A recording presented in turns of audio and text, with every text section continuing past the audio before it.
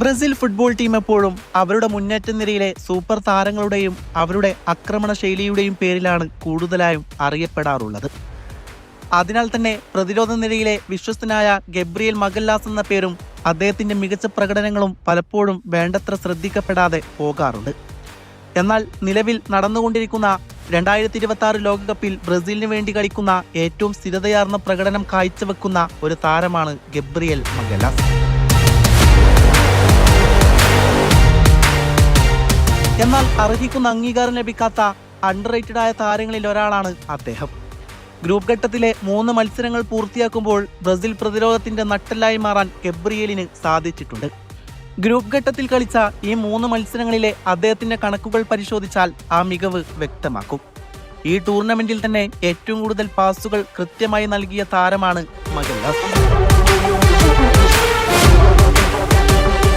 96% കൃത്യതയോടെ 252 പാസുകളാണ് ഗബ്രിയേൽ പൂർത്തിയാക്കിയത്.